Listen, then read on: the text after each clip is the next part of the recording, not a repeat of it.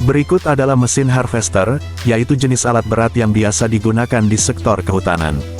Alat ini digunakan dalam pengerjaan penebangan cut to length, delimbing, trimming, debarking dan backing pohon. Sebuah rangkaian pemanenan hutan ini biasanya digunakan bersama-sama dengan forwarder yang mengangkut hasil tebangan pohon untuk pendaratan di pinggir jalan, untuk selanjutnya dilakukan penangkutan ke pabrik.